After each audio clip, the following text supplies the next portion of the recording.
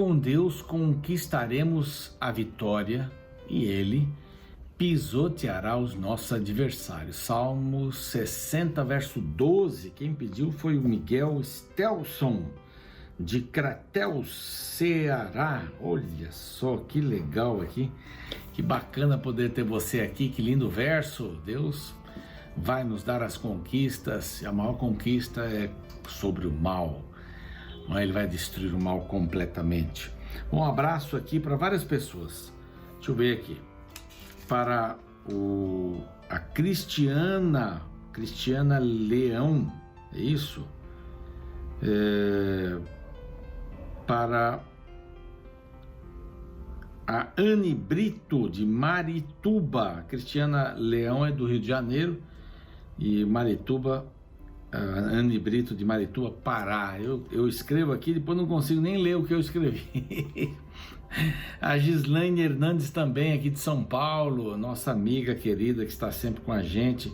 Um grande abraço. E o Gil Gameiro, de Londrina, Paraná. Eu adoro, eu estudei ali, que cidade maravilhosa. Já a segunda pessoa de Londrina aqui, nesse mês aqui que a gente está citando. Tá bom? Mas você que está aí no YouTube, que é nosso parceiro, ora por nós, nos dá conselhos, oramos uns pelos outros, continue sendo abençoado por Deus. Você que ainda não é inscrito, vá lá, se inscreva no YouTube.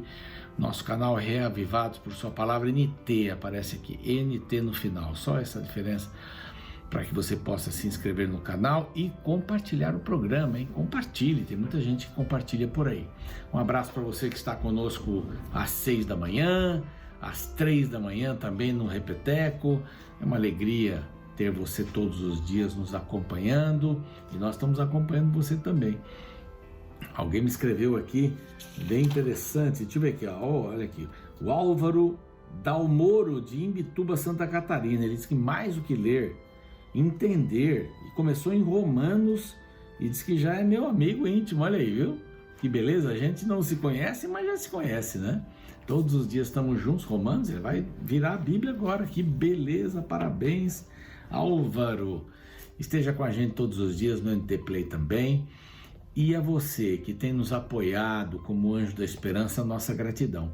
O Anjo da Esperança é aquele que, através das suas doações, mantém a Rede Novo Tempo, rádio, TV, mídias sociais, cursos bíblicos. Se você quiser se tornar um Anjo da Esperança, aqui está o número telefônico, tá bom? Só entrar em contato. E falando em Anjo da Esperança e estudos bíblicos, olha aqui, esse é o estudo que nós estamos oferecendo aqui para você. Estudos, ensinos, aliás, de Jesus, são 18 estudos, o que Jesus ensinou sobre a oração, o Espírito Santo. Olha, um tema que é muito próprio para o que nós estamos estudando aqui hoje, especialmente o capítulo 10 de Atos. Peça aqui o número e anote esse número para dar para os seus amigos também. Diga, se inscreve lá, peça o curso bíblico, tá bom? Isso daí vai ser muito legal para você. Muito bem, nós vimos aí no capítulo 9 a linda experiência de Saulo, né? Quem és tu, Senhor? Quem és tu, Senhor? Eu sou Jesus, eu sou o Salvador. E depois que ele ficou cego é que ele pôde enxergar. Às vezes acontece isso conosco, né? Quando a gente está enfermo, de cama, ou sei lá o que aconteceu, a gente perdeu alguma coisa, a gente para rever a vida.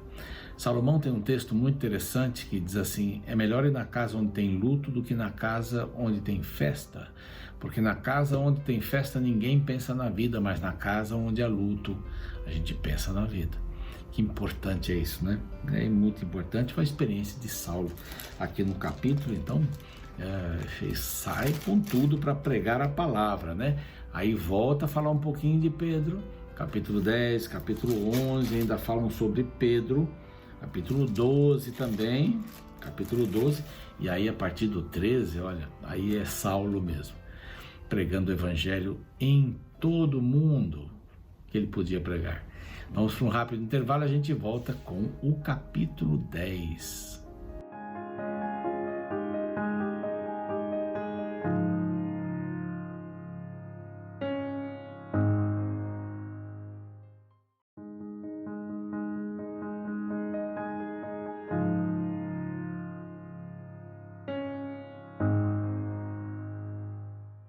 Este é o programa Reavivados por Sua Palavra aqui da TV Novo Tempo. Um prazer ter você com a gente, você que chegou agora, hein? Você que está conosco já desde cedinho, no comecinho do programa, também o nosso grande abraço. Capítulo 10 de Atos. Bom, capítulo 7 fala lá no finalzinho de Saulo. O capítulo 8 vai falar sobre Estevão, não é isso? Deixa eu ver se não estou falando coisa errada. Não, capítulo 7 fala sobre Estevão, capítulo 8 começa falando sobre Paulo, dá aí umas nuances aí da sua pessoa, ele assolava a igreja. O capítulo 9 fala então da conversão de Saulo. E aí já no final do capítulo 9, Pedro entra em cena, Paulo fica um pouquinho aqui, vai aguardar um pouquinho, vai pregando lá em Damasco, em Jerusalém, e aqui no capítulo 10, Pedro aparece de novo.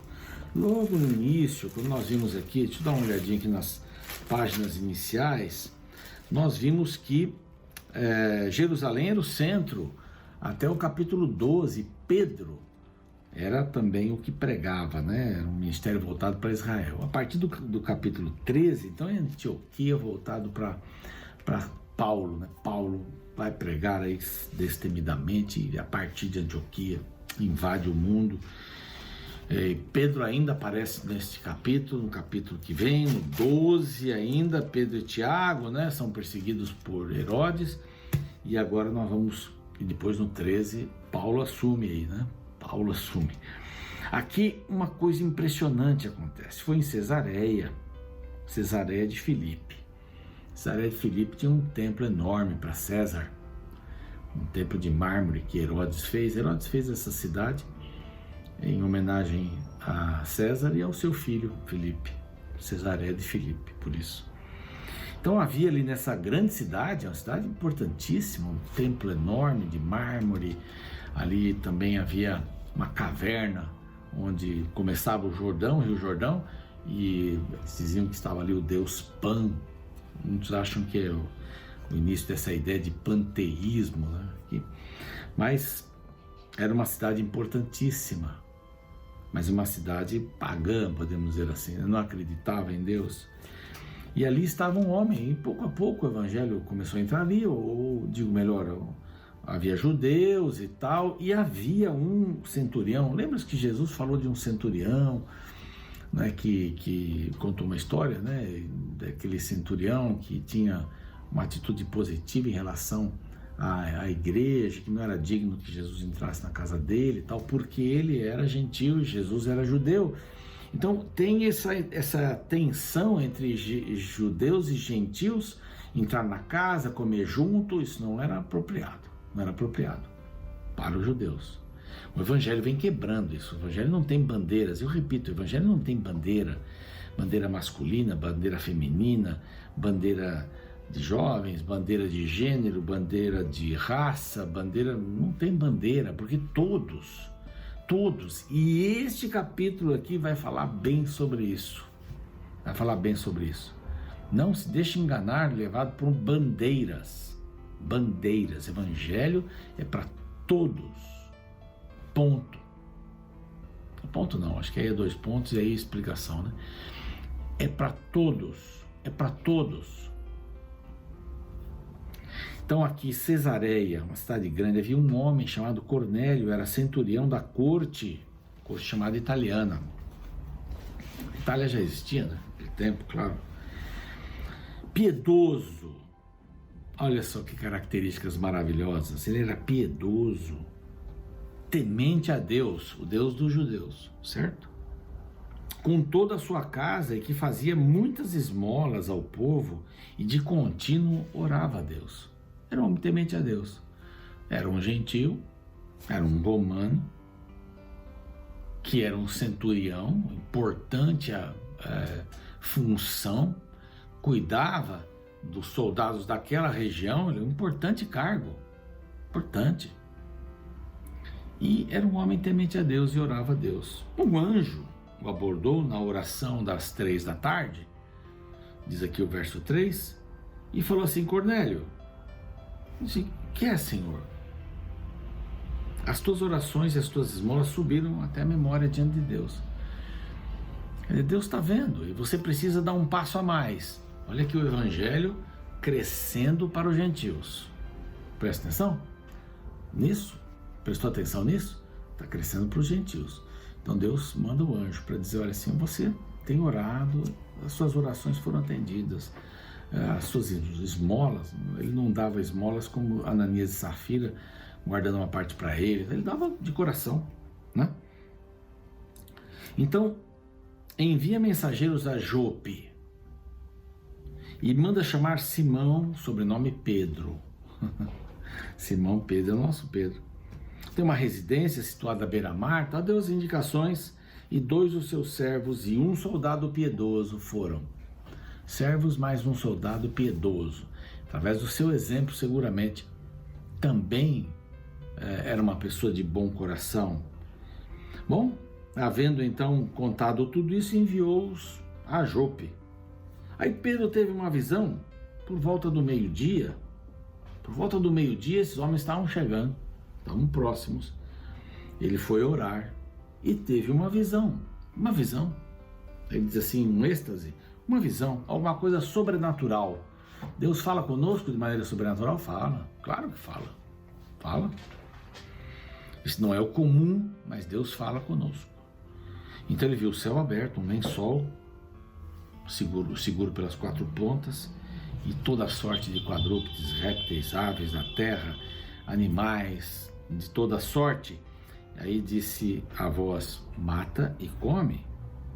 Verso 13. E Pedro replicou, de modo nenhum. Como é que eu vou comer animais imundos? Não, lá em Levíticos tem uma lei. Animais limpos e animais impuros, mas não era para comer o animal, né?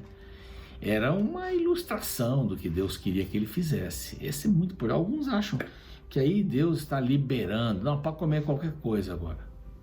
Se ele disse que não podia comer animais imundos, se eles eram os limpadores da terra, né, do mar, se eles eram os que limpavam a natureza, como é que Deus agora mudou de ideia? Não, agora eles não vão limpar mais. Não, eles continuavam e continuam. Você vai comer esses animais, urubu, bagre, né, animais que limpam a fundo. Esses animais são animais que comem porcarias, né? Então ele disse, não vou comer nada não. Não vou comer. Como? Mata e come. Aí a segunda vez a voz lhe falou, verso 15 agora. Ao que Deus purificou, não consideres comum. Sucedeu 3 vezes e logo aquele objeto foi recolhido do céu.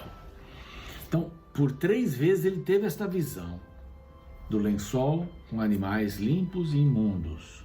E Deus disse, come. O que Deus purificou, está tranquilo. Deus não purificou os animais. Ele estava falando de outra coisa. O contexto aqui é outro. Olha como se encaixam as coisas aqui. O contexto aqui é o seguinte, não tem bandeira para a gente defender. O Evangelho não defende uma bandeira. O Evangelho defende o ser humano. E aqui está tudo implícito. Faz a coisa direito. Não é? Não precisamos levantar uma bandeira. Vamos cuidar bem do ser humano. Vamos cuidar bem do ser humano. Essa é a proposta do cristianismo. Todos. Bom, passou. Enquanto Pedro estava perplexo com tudo isso, qual seria o significado? Os homens de Cornélio chegaram. Os 2 servos, mais o soldado piedoso. E começaram a indagar se ali morava um homem chamado Simão. E Pedro disse, não, sou eu. Eu sou esse homem, não é? Aqui me tendes, sou eu a quem buscais, aqui viestes. Então eles explicaram, centurião, Cornélio, homem reto, temente a Deus, verso 22, né? De bom testemunho de toda a nação judaica. Então quer dizer, ele só conhecia esse aspecto, né? Os judeus. Foi instruído por um santo anjo para chamar-te à sua casa e ouvir as suas palavras. Olha que coisa impressionante. Na história do mundo, a gente sabe de muitos testemunhos de anjos que pregaram para tribos e depois encaminharam essas pessoas para a Bíblia. Isso pode acontecer? Pode acontecer, claro que pode. E ali estava um homem. Ali estava um homem. A preparação do coração de Pedro e de Cornélio para se encontrarem. Olha, foi instruído por um santo anjo. Inclusão. A questão do lençol é essa palavra desse capítulo. Inclusão. Inclusão. Pedro, pois, convidando-os a entrar, os hospedou. Pronto, já estava hospedando gentios. Isso não era comum. E partiu com eles no dia seguinte de Jope. Partiu em companhia deles e levou mais algumas pessoas. Depois ele disse que eram 6 pessoas que ele levou. Cornélio estava esperando com parentes e com amigos íntimos. Ele tinha convidados. Olha como expandiria o evangelho. Ele, quando entrou na casa, Cornélio o adorou e disse: "Mano, levanta, rapaz, eu sou igual a você. Sou homem. Sou homem." Então, falando com ele, entrou, encontrando muitos reunidos ali. E olha que interessante, verso 28, a quem se dirigiu dizendo: "Vós bem sabeis que é proibido a um judeu juntar-se ou mesmo aproximar-se a alguém de outra raça." Pedro já foi falando isso. "Mas Deus me demonstrou que a nenhum homem considerasse comum ou incomum." Não tem essa. De que falava essa visão do lençol com animais puros e impuros? Falava de pessoas, que todos deveriam ser tratados bem. Ninguém deve ser tratado mal. Se todos cumprissem a palavra do cristianismo, entenda bem o que eu vou dizer, não precisaria de nenhum órgão para cuidar das pessoas, para ver se elas estão mesmo bem cuidadas. Não precisaria de nada, se todos fizessem a sua parte e demonstrassem esse amor cristão. Então, o que aconteceu? Vamos lá, me conte aí o que aconteceu. Estou aqui para trabalhar com vocês, para ensiná-los. Bom, aí ele contou toda a história do anjo, né? O anjo que falou para ele chamar Pedro e tal. E aí lá no verso 33, né? "Agora, pois, estamos todos aqui na presença de Deus, prontos para ouvir tudo que te foi ordenado da parte de Deus." Então, falou Pedro dizendo: "Reconheço por verdade que Deus não faz acepção de pessoas." Então, o assunto é acepção de pessoas, é inclusão. O diferente não é problema o diferente, o problema sou eu diante do diferente. Diferente para mim. Então, eu tenho que ter essa visão. Deus não faz acepção de pessoas. E esta é a palavra. Ele diz: "O Senhor é Senhor de todos." Verso 36. "Vós conheceis a palavra que se divulgou em toda a Judéia, Galiléia. Deus ungiu a Jesus." Então, ele prega a Jesus. Ungiu a Jesus com o Espírito Santo. Ele fala do Espírito Santo. "Andou por toda parte." Verso 38. "Fazendo o bem e curando todos os oprimidos do diabo, porque Deus era com ele. Nós somos testemunhas. Até que os judeus, não é, tiraram a vida dele, morreu no madeiro, ele foi ressuscitado." Então, rapidamente, ele contou a história da cruz e da ressurreição. Então, nos mandou pregar ao povo. E todos os profetas dos judeus, que você conhece, falaram dele. Os profetas falaram dele. E o testemunho que nós vamos dar: por meio do seu nome, todo aquele que crê recebe a remissão dos pecados. Que coisa maravilhosa! Então caiu o Espírito Santo sobre todos os que ouviram essa palavra, enquanto Pedro falava. E aqui tem um negócio que a gente tem que entender. Sobre os 6 que estavam com ele, que eram judeus, e sobre os gentios que estavam com ele. Então também sobre os gentios foi derramado o dom do Espírito Santo, pois os ouviam falando em línguas e engrandecendo a Deus. Então perguntou Pedro: "Porventura alguém pode recusar a água para batizá-los?" Que línguas eles estavam falando? Línguas conhecidas. Por quê? Porque eles entenderam que eles estavam louvando a Deus. Mas se eu falo uma língua desconhecida, não vou saber que estou louvando a Deus, ou estou cantando, ou estou falando sei lá do que. Eram línguas conhecidas. Por quê? Quanto mais línguas conhecidas, mais expandia o evangelho. Tem tudo a ver. Entre os judeus, ok, Pedro já fez o trabalho. Agora, Pedro, você vai fazer essa transição. E aqui no capítulo 11 a gente vê que Pedro foi chamado a atenção. Como é que você foi lá almoçar com eles, comer com eles, ficar com eles? E ele ficou vários dias ali com eles, diz a Bíblia. Eles foram batizados em nome de Jesus, receberam o Espírito Santo e ao final precisamos receber também. O Espírito Santo na nossa vida não vai fazer a gente falar em línguas diferentes. Ele pode fazer a gente dizer outra coisa, fazer outra coisa, ter qualquer outra linha. E se for preciso dar línguas também, ele vai dar línguas para que pregue o Evangelho para outras nações.